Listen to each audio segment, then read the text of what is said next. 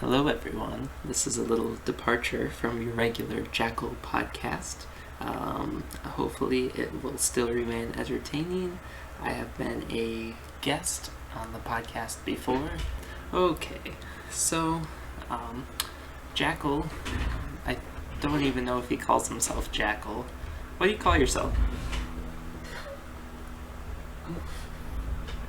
Sorry, he's here. He's perfectly fine to speak, but he's just a little tuckered out. He's been seeing too many weird gay movies lately. Watched 101 Dalmatians. Watched the new one with Emma Stone. He watched Blade. Blade is not as good as people claim it to be. I watched that with him, and I actually got some movies in the mail recently. One of them being the new Batman. Although I saw part 2 was out, I just got part 1 in the mail of The Long Halloween. I have not seen it yet. I'm incredibly excited to watch it. Maybe I can watch it this weekend. But it made me think, man, I really am interested in what they are going to do with the Batman movies, especially the ones including Robert Pattinson.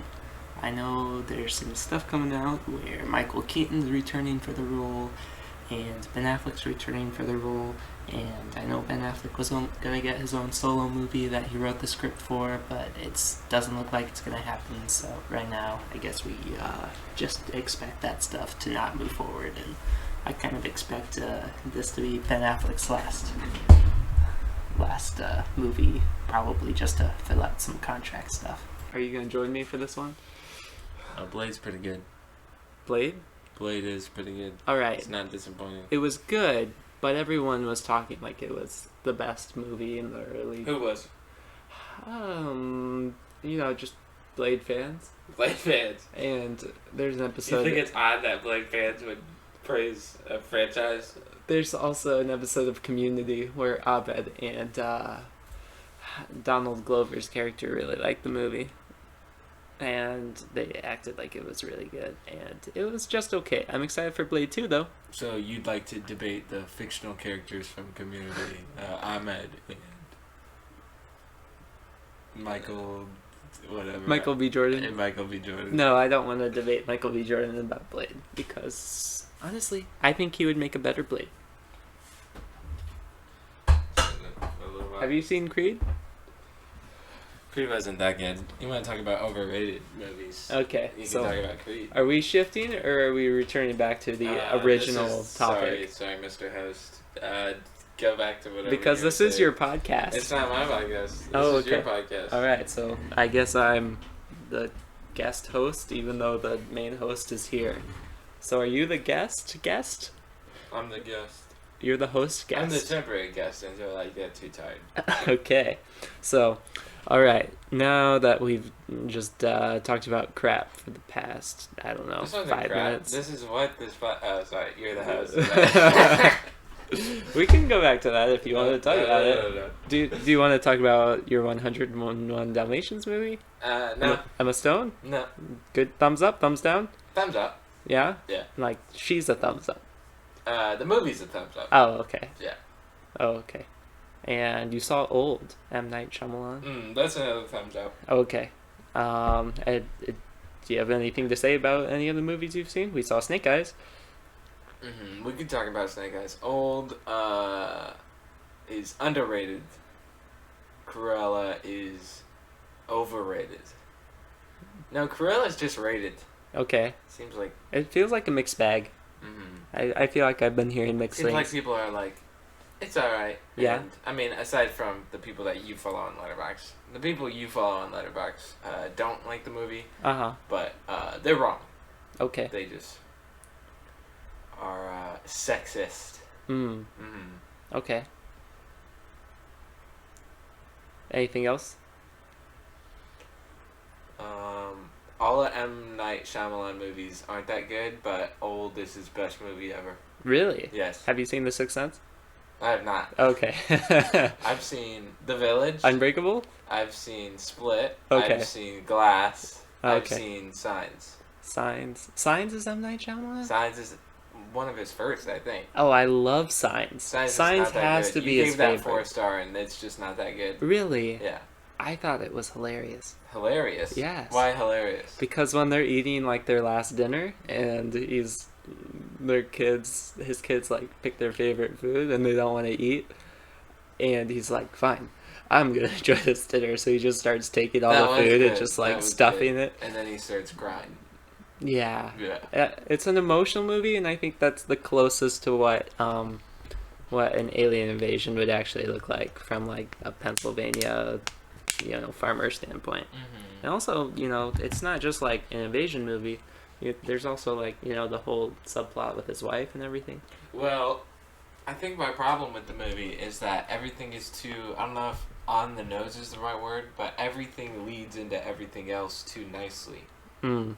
Like, everything connects too well. Mm. What'd you think about like Alien in the Pantry scenes? Is it just That's good. not enough for you? That's good. Or I think that's like That's good, but the builds the everything tension. connecting together swing Mhm. is very dumb. Like, swing, That Oh, was the like main him point. playing baseball and then him. No, not him. Him playing baseball is fine. The problem Yeah. is that the wife. He's an American boy. The wife, in her dying breath, somehow knew that there was going to be an alien invasion.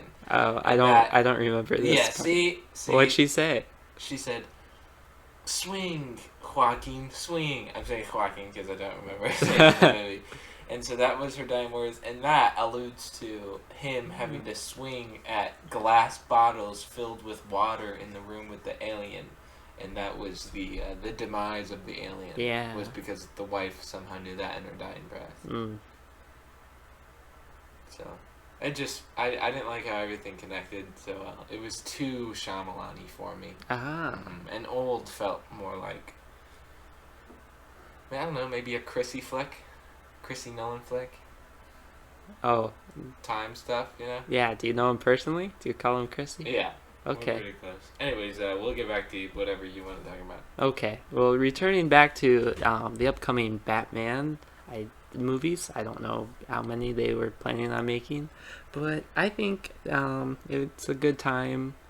And I guess the next half year before it comes out, maybe a full year, we can kind of speculate kind of what's coming up.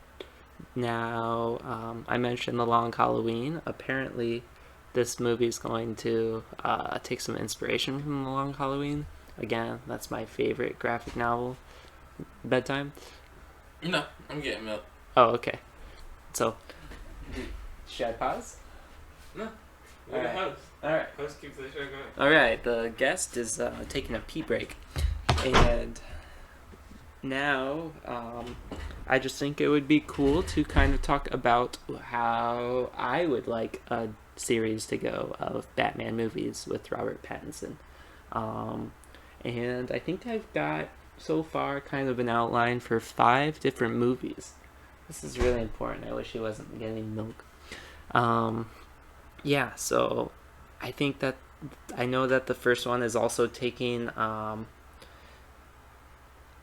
kind of some inspiration from Batman Year One, and then also I think like Batman 0 Year stuff from like New 52 type stuff, where Riddler I think shuts down Gotham's power and Batman kind of dons like the old t-shirt, purple gloves, maybe not a t-shirt, but kind of older-esque costume, and he like rides a motorbike around because I guess no one has like electricity except who Riddler chooses to have, and he plays games and stuff like that. So it's a decent comic run if you really like Riddler or you like New 52 stuff. Yeah, it's worth checking out. Now, going back to the movies, I think it would be awesome to have a Long Halloween inspired movie. Catwoman looks pretty cool. Penguins, I don't believe in the comic, but I think that like as far as a young Batman, the best way to do it is to use the mafia aspect. It's present in Batman Begins. I think it works really well. Falcone, you just cannot beat Falcone and his whole family. So and also what I love about The Long Halloween is it's kind of not only like a year two, like a sequel to Batman Year One. I think that we've seen Bruce's parents get shot enough. So, oh no.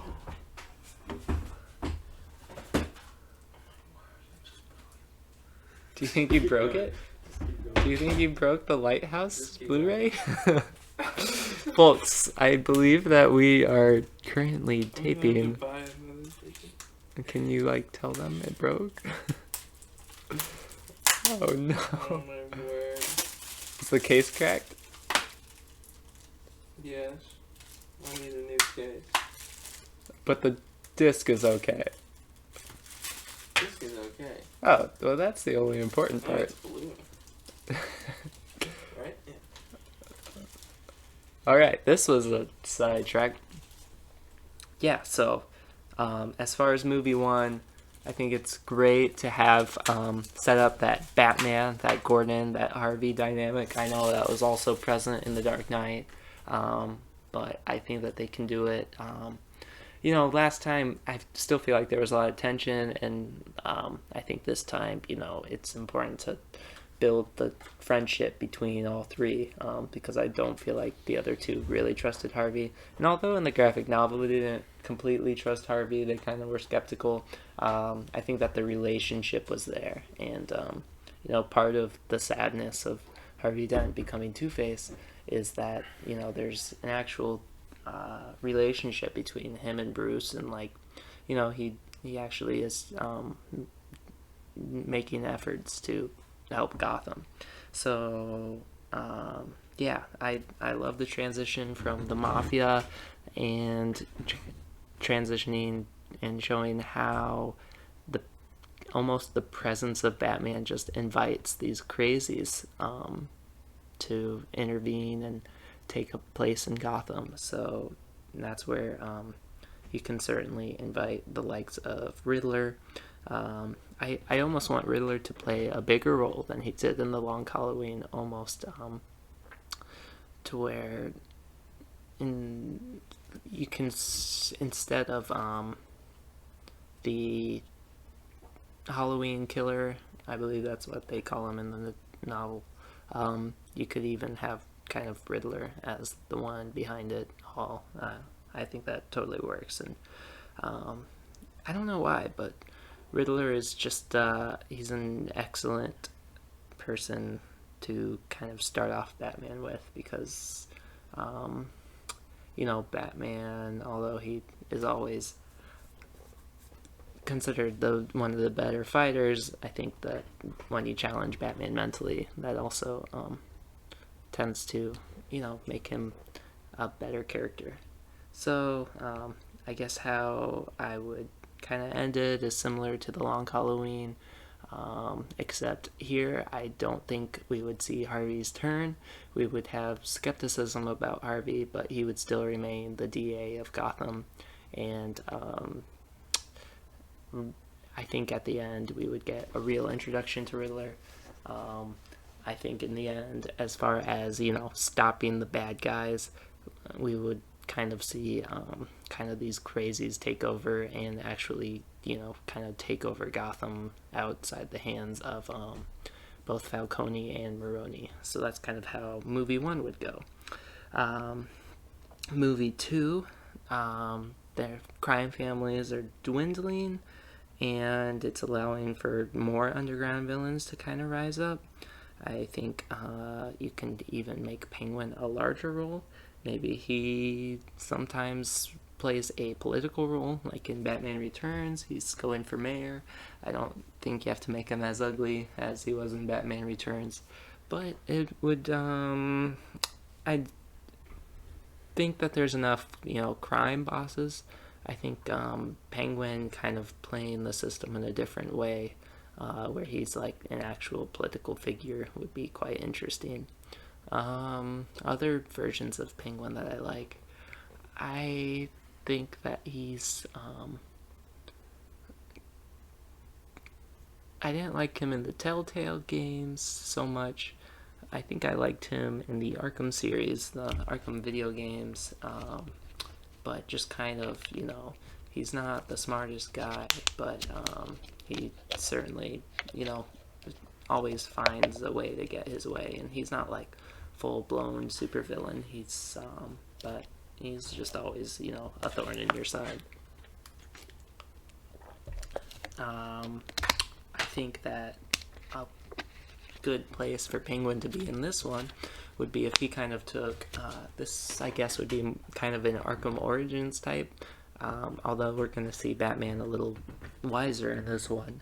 I think if Penguin kind of was taking the place of these mafia families, as far as his power goes, I think it would be also interesting to see him be the one who like started hiring these other crazies that are coming up, and even would hire mercenaries and assassins to kill Batman. I think it would be kind of cool to, have a Arkham Origins type. Batman's got a big target on his back in Gotham. Deathstroke's always cool to have. Lady Shiva would definitely push him. And you could even get, some classic villains like Bane or, help me out, JAKAL, or some other ones. Who do you want to see as a mercenary hunting Batman? JAKAL is the name of the podcast. What are you? Xandar, I guess. Okay, Xandar. Mm-hmm. Sorry, I didn't know what you referred to yourself here. Any assassins you want to see go after Batman? I've always been a huge fan of Killer Croc. Yeah, I'd like to see Deadpool make an appearance. Yeah? Yeah. Okay. Wouldn't it be funny to see Ryan Reynolds play Batman? Why would that be funny? Because he's from X-Men Origins. It'd be like he's playing two characters. Okay. Also, I think we could see a development from the first to second movie, both Batman and Catwoman, and I think that associating with Catwoman could even like cause the police to have a little distrust of Batman, and in the end, maybe if their relationship continues, maybe Catwoman could betray the Batman, and then some real emotional stuff could go on there. I think it would be nice to see Harvey Dent stop one of these, make an effort and also succeed. Maybe he could stop the Penguin, show Gotham kind of his true colors, and also kind of eventually Batman could maybe become a scapegoat. Through this movie, I think through probably Lady Shiva, Batman could also kind of get a hint of where many of these assassins maybe are originating from, and that is the League of Assassins. So with Batman kind of being the scapegoat, he may not feel so at home in Gotham, and with this lead of people trying to kill him, he may follow them, and that leads into movie number 3, where Batman's introduction to the League of Shadows is Talia al Ghul. I think it's nice when Bruce and Talia, although they don't necessarily execute their ideals in the same ways all the time, they tend to have many of the same values, and also I think that they work really well together, especially because they both have many of the same goals, and I've always liked some Batman and Talia stuff. I think this could be kind of, just like Resident Evil 3 kind of takes place in a desert time, or, far from home.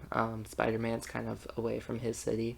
I think this movie could kind of be like, kind of like a side movie where he spends a lot of it kind of just doing some traveling. Maybe some. It's always cool to see like Batman fighting Ra's al Ghul in the Sahara Desert and things like that. Maybe that's where the Lazarus Pits could be, and he could run into some, just international travel. He could run into KG Beast and figures like that, and maybe him and Talia could even, stop some other terrorist organizations. Eventually, of course, there's probably going to be a falling out because Talia will most eventually side with her grandfather, and but and he will probably have to face the Demon Head. I wonder what a movie where Batman becomes the Demon Head would look like, at least for a little while, or at least is influenced or has a chance to take on that kind of power. And this Batman is probably still on the younger side, and he's been betrayed before, so he may go, yeah, why should I not take this power or this opportunity? So that could be very interesting. But by the end of the movie, I think that through the League of Shadows, he could maybe learn, because of their intel and because they kind of have a reach throughout all the major cities or just throughout the world. He could get word or just some intel about this secret organization that exists in Gotham and is actually kind of pulling the strings on everything. And of course that would be the Court of Owls. So it's just amazing how the Court of Owls is, I believe, less than 10 years old, and it still has just been able to enter so many forms of the DC universe through its animation. They introduced them in Young Justice season 3. I know they've loved them in the animated movies, and I think even the new Montreal game where it's like the Batman family, I believe they're even gonna like make an appearance in that. So there's a reason that they're so prevalent, and they are just it's so interesting to see like Batman thinking that he was Gotham's guardian, even though way underneath there's this whole organization. So yeah, he would probably make the decision to go back to Gotham in order to find out more about this, figure out how to find them and stop them. And I think it would be good to see some changes to Gotham when he returns. I mean, he would probably keep an eye on it all the time, but maybe now we could see Harvey Dent actually become like mayor of Gotham. But I also think it'd be interesting to see some other characters kind of in a role, like maybe Hugo Strange is kind of a part of this, and maybe even Harvey is being influenced by like Poison Ivy leaves, because both Jeff Loeb always likes to make Batman controlled by Poison Ivy and Bruce Wayne and all that, but I think it would be interesting to see like Harvey Dent being controlled by Poison Ivy. You could also do like Hugo Strange or Mad Hatter kind of influence him. Hugo Strange is always a good guy to see, and I haven't seen him in a while and stuff, so I love seeing him again. Movie 4, it's kind of the Court of Owls, except he doesn't really have an established Bat family yet. Perhaps in this one you could kind of introduce a Robin, like maybe do people just never seem to get enough of Dick Grayson, so I think Dick Grayson would work. In movie 4, I think Court of Owls is not quite enough to carry it, although I love the Court of Owls, and there's so much history to go. I think it should first kind of have him learning about it, him actually like going back to the death of his parents. It'd be interesting, like the three movies, it's always kind of been hinted at, but the fourth movie, he actually like dives into his deep psycho, and maybe you can introduce Scarecrow to even elicit some of those things. And the Batman psyche has been, especially the last 20 years, has been looked at. What is Batman doing? Is it right? And these basically just he goes out and tortures himself from fighting crime every night. But wouldn't it also be interesting to see just like how mentally tortured he is? So I think that the Court of Owls in the comic has kind of a connection to his parents' death. It'd be interesting to see that. So yeah, I don't know why, but Batman being in the actual like Court of Owls maze, and him just like being picked off by Talon and like basically being trapped in there for days and being close to death. Like, I think that the kind of before, in this 5-movie series, I always hate it when like they just wreck the guy in like the last movie, and he's supposed to like come back. Like the Dark Knight Rises, he fixes his back in that cave. I think that the fourth movie is where you could see Batman at his lowest point, and the owls just kind of pick him off to death, and the Talons or whatever you call them. I think it would be a chance to kind of have a redeeming factor of Catwoman, and she actually saves his life and perhaps sacrifices her own in the process. And this is after this, where he's kind of physically beaten, is probably where he would go to his mental lowest state. He just lost Catwoman, who he still deeply cares for. Maybe Hugo Strange can mess with him mentally if he's like, the psychiatric part of the Court of Owls, or he kind of plays a role with them. Because like Hugo Strange seems to always have a plan or seem to know what's going on, so it makes sense that he would be a part of them. And also, I think in this lowest point, it would be cool to see like Gordon and Batman, even after all these years, they still kind of trust each other. Batman's not in the greatest light still with the GCPD, and maybe even like Gordon, because of this new kind of controlled political system, especially with Harvey and like Hugo Strange and stuff. Gordon may not be commissioner no longer. He could have been like fired from the position and asked to resign, and then he could help Batman get back on his feet. Also, I think, is it working? Yeah, you said a lot, so I didn't want any chance of losing any of it. Oh, cool. So, all right. Well, I'm in movie number 4. Sorry, we took a short break. Now getting back to it. Now, I think that this is where Batman and Gordon kind of try to save Two-Face, or Harvey, and this is where an accident could definitely occur, especially if Two-Face Harvey starts to kind of like challenge whoever's controlling him, and that's where maybe Two-Face can essentially be born and kind of show Batman's failure. And it's kind of in this moment that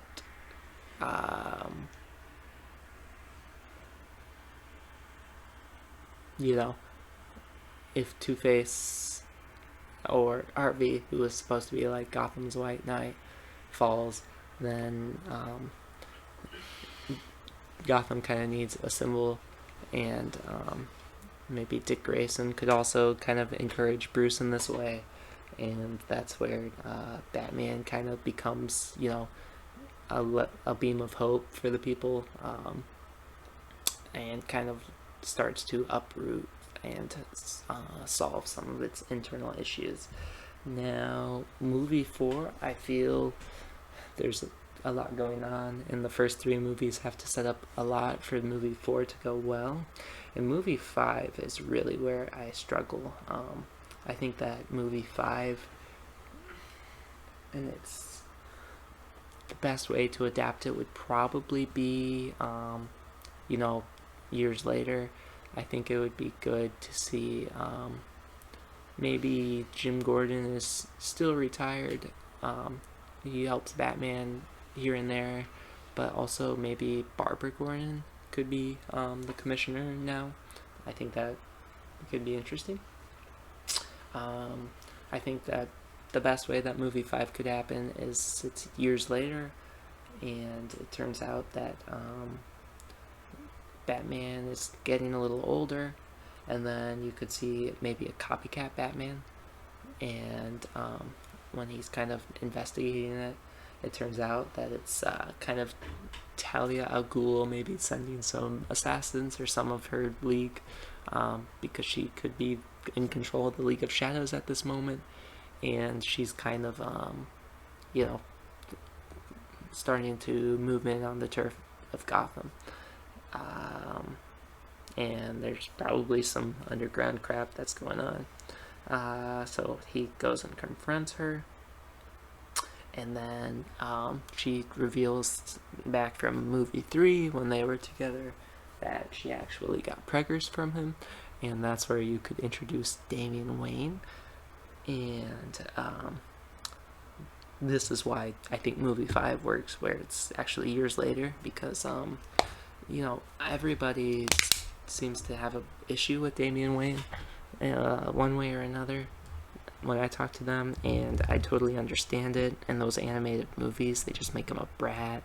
The New 52, really, the true way that I see Damian Wayne works is when Grant Morrison is writing for him, because obviously he created the character, and I just think like he knows how Damian is supposed to be, and whoever tries to reinterpret Damian, I think just sees him as a kid. And I think what made Grant Morrison's Damian different is, yeah, he's like a 9 or 10-year-old kid, but he mentally functions and, you know, speaks just like a sophisticated adult would. So it's kind of like a flip on what you would expect. So I think that it would be interesting to see kind of Bruce and Damian's dynamic, especially a good adaptation of what Grant Morrison kind of achieved, and I love his whole run. It's all good. Professor Pig's kind of scary for me, but maybe that's what you need. Yeah, so Damian, I think Dick would probably be moved on at this point. He would probably, I guess he could be Nightwing at this point. I know it's important, you know, to have Jason and Tim as well, and I guess you could just kind of like mention, oh yeah, Tim's Batman, or Tim is the new Robin now during this period, but yeah, I've got so much already in my outline that I really feel like it would muddy it. So maybe as far as this universe goes, you know, Dick Grayson has kind of always just been the Robin, and Damian is just, you know, a nice surprise. So I think maybe Batman being out of action for a little while, especially if he's older. I don't know if you want to introduce, you know, Nightwing becoming Batman and then Damian being his Robin. I really think, you know, this story has been centered around Bruce for so long. Why not end it with Bruce, and then maybe he could pass it on to Nightwing, and then Nightwing can be Batman, and he can have Damian as his Robin, because I also really like that run in the comics. But I think this movie 5 is where you would introduce Joker, maybe. It feels weird to introduce Joker so late. It feels like Joker should always like be around, and him and Batman should always have like this lifelong struggle. Um, but maybe you could either have Joker be like a Red Hood throughout the movies, and he just kind of reveals himself as Joker, or Joker's been like just a silent watcher the whole time, and anyways, he eventually, like, he needs to be Bruce's greatest fear, like just the um, crap that he can bring upon Gotham, and maybe he would even like murder Two-Face right in front of everyone. So Joker is bad, and he has to deal with Joker now, as well as Damian. And I think sometimes they do like a Joker Riddler war, where and Batman kind of gets in the crossfires. So I know I didn't say it, but I think like Riddler kind of always being a backbone of the organized crime. There's a little bit of a run where Riddler actually like came out to Bruce and said that he turned sides and that he was an honest man now, and he was no longer going to be a criminal, and like he would help solve cases, but it didn't last for very long. He kind of went back into his old ways, or I think he just lied and was always doing Riddler stuff. You could maybe introduce that, and he like tells Batman that he's gonna help him stop Joker, and then it just kind of like reveals his whole plan, and it's Joker versus Riddler, and Batman's like, great, now I have to deal with both of you guys. But anyways, I can't justify. I don't want to just throw in Joker, but you also can't justify having these 5 movies without having a little bit of Joker. So I think eventually Talia could come back with her League of Assassins. Maybe Riddler could be the one who kind of gives them an in into Gotham. And here's where, honestly, I don't know how you could end this. I feel like the hardest part of these is always the ending. Will Batman just like stop Talia and Riddler and Joker, and it's all a happy ending? I think that there can definitely be a price paid. I don't know if that's Jim Gordon. I don't know if that's Batman himself. But I think what could be cool is like having a sign into the future of what's going to happen. That's where like Damian becomes Batman, and Damian is kind of like a mix of both his father's high morals and kind of a little bit of his mother's ruthlessness. I've always loved like a little bit of I don't know if it's the Batman 600, 660 something. Maybe it's 666, where they introduce Professor Pig, but like they show a future where Damian becomes Batman, and he's just like so focused on the mission, like Bruce, and I think he like rigs every important building in Gotham with the bombs just in case he just needs to blow up a building for his own gain or something like that. And he goes around. I think he may even have like some handguns that he goes around with. He's got like a sweet like slick cape all the way down. So anyways, I definitely think you could maybe finish it where Batman kind of creates that last sacrifice, and it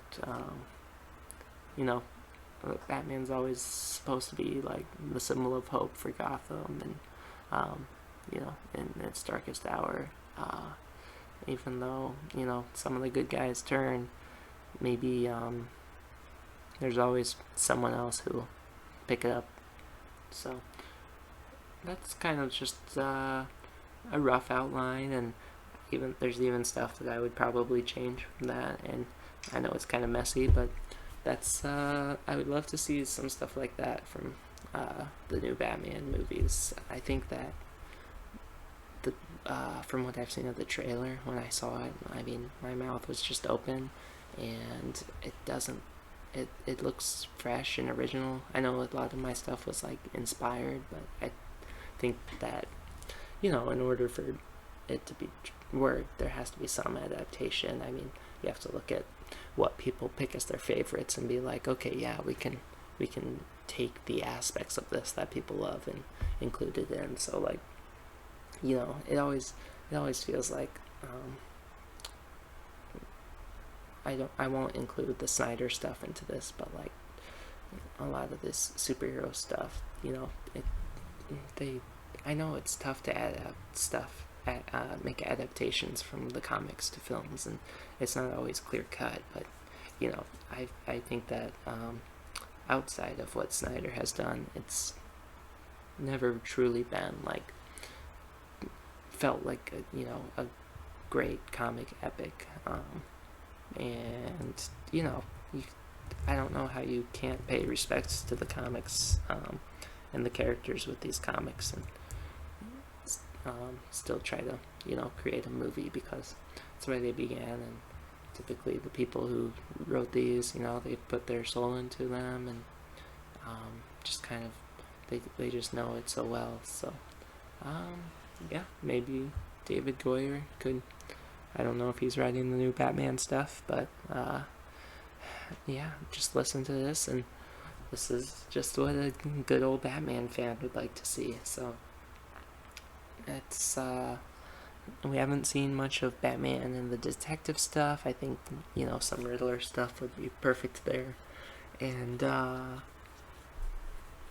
yeah, I'm just it feels like they're always taking the easy way out, and I want to see a comic book Batman, and back to comic book to screen. I also feel like, although I have never read a Marvel comic in my life, I think Infinity War felt like it was a comic, the way it kind of skipped to things and kind of laid things out. So I do like that movie, but I don't like the idea that these are just action movies, or these are just sci-fi movies that have comic book characters that you've seen before. I think that the truest way to do it is to make them real, and see what people like, and that's the stuff that you need to include. So Batman is a character that embodies all these things, and he's probably the greatest. He's going to be part of our mythology for years to come, as far as our culture goes, and there's a reason for that. The characters used to be all white and black, and that's fine. There's a lot of truth to those types of characters, but we really are in the age of the gray heroes, or the anti-heroes, you could call them, and these are the people that actually catch our eye the most, because I think the old mythological heroes, just like Beowulf, and as an example, people have kind of mythologized them to be perfect, when they wrote the stories, maybe they weren't exactly interpreted that way, because we have to see ourselves within them, and some real struggles. And I think that there's not many characters that have done it the way Batman has done it, and there's books and years of history about him, and there's always something new, it feels like. So yeah, that's kind of it. I know it's been different than your regular JAKAL podcast, and Xandar couldn't be here much for it, but that's just kind of my thoughts and what I would like to see from a new Batman. So Man, this is probably a little embarrassing, but maybe if my thoughts are there, I would love to go back and compare what I laid out to what is to come. And, I got high hopes for these upcoming movies. I think they're going to be really, really good. And, I liked the Planet of the Apes stuff. War for the Planet of the Apes was okay, but Dawn of the Planet of the Apes, that was my jam. So hopefully, just kind of the character of Caesar. I think Matt Reeves can do some characters really well. So we'll see how he does it with Batman. Alright, see you guys.